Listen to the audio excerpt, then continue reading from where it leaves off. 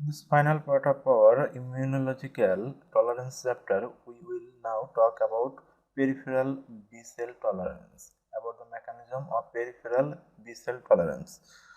Mature B lymphocytes that recognizes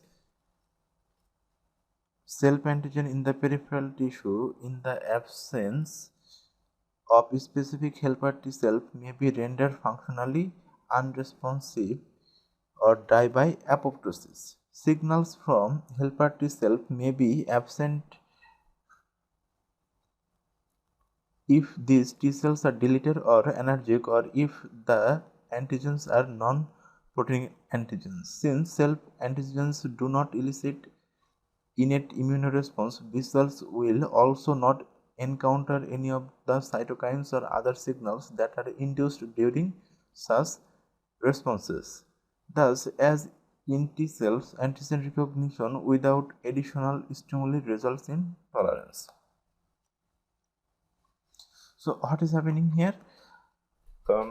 In peripheral B cell tolerance, that is, when a mature B cell encounter a self antigen, it can render one of these three fates, that is, functional inactivation, apoptosis, or when it encountered by inhibitory receptors such as CD22, it can lead to regulation by inhibitory receptors. So, what happened when it encountered any signal from functional inactivation or apoptosis? Some self-reactive B cells that are repeatedly stimulated by self-antigens become unresponsive to further activation. Okay, so we have already discussed in details about the mechanism of deletion or apoptosis and energy in the previous lectures.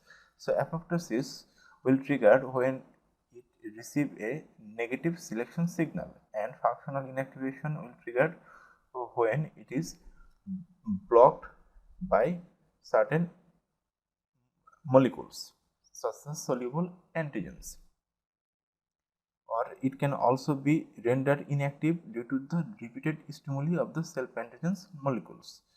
So what happened when it encounter by inhibitory receptor molecules? These cells that recognizes self antigen in low affinity may be prevented from responding by the engagement of various inhibitory receptors. These inhibitory receptors. The function of these inhibitory receptors is to set a threshold for B cell activation, which allow responses to foreign antigen with T cell help or innate immunity, but does not allow responses to self antigen.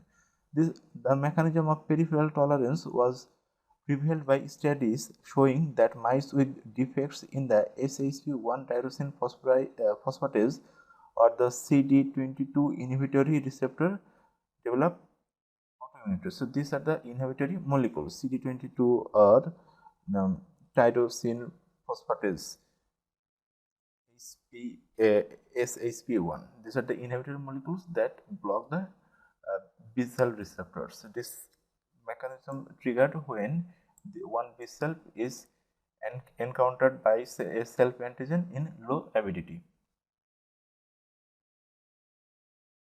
However, it is not known when the inhibitory receptors such as CD21 22 are engaged and what ligands they recognize in this process. This mechanism is still under investigation. So let's summarize. Mature B cell.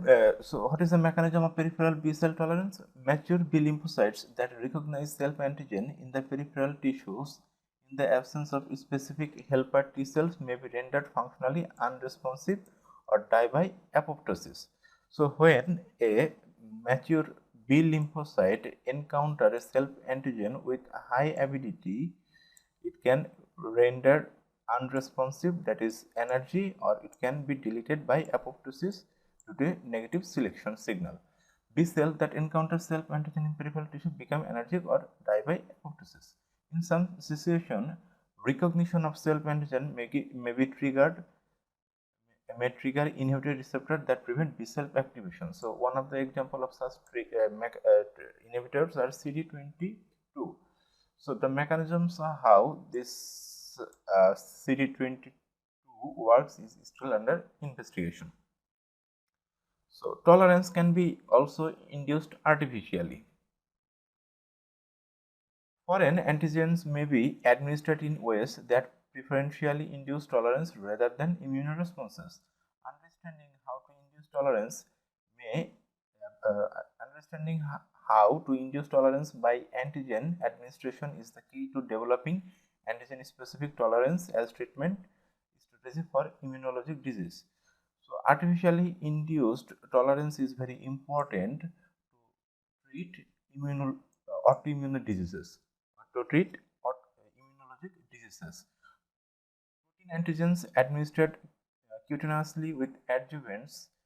Adjuvants are molecules which enhance immunological response. So, protein antigens administered cutaneously with adjuvants favor immunity, whereas high doses antigen administered without adjuvants tend to induce tolerance. When antigens administered with adjuvants, it can lead to immune response, but without adjuvants, it can lead to tolerance. The reason for this is that adjuvants stimulate innate immune response and the expression of stimulators on APC, antigen presenting cells. In the absence of this second signal, T cells that recognize antigen may become energetic or die, or may differentiate into regulatory T cells. So this can lead to either energy functional inactivation, apoptosis, or in the development of regulatory T cells when it is administered when antigen is administered without adjuvants. Oral administration of antigens induce tolerance by suppression of systemic humoral or cell mediated responses. So oral administration of antigens can lead to tolerance by suppression. Tolerance is inducible in both neonatal and adult animals by administering soluble protein antigens in deaggregated forms. Soluble protein antigens can lead to tolerance because it can inhibit immune response by blocking the receptors, TCR and BCR receptors. Antibodies to co-receptors and co-stimulatory molecules induce tolerance in transplants. So antibodies to co-receptor co-stimulatory molecule can induce tolerance in transplants, which can use as therapeutics for to prevent transplant rejections. This is all about immunological tolerance.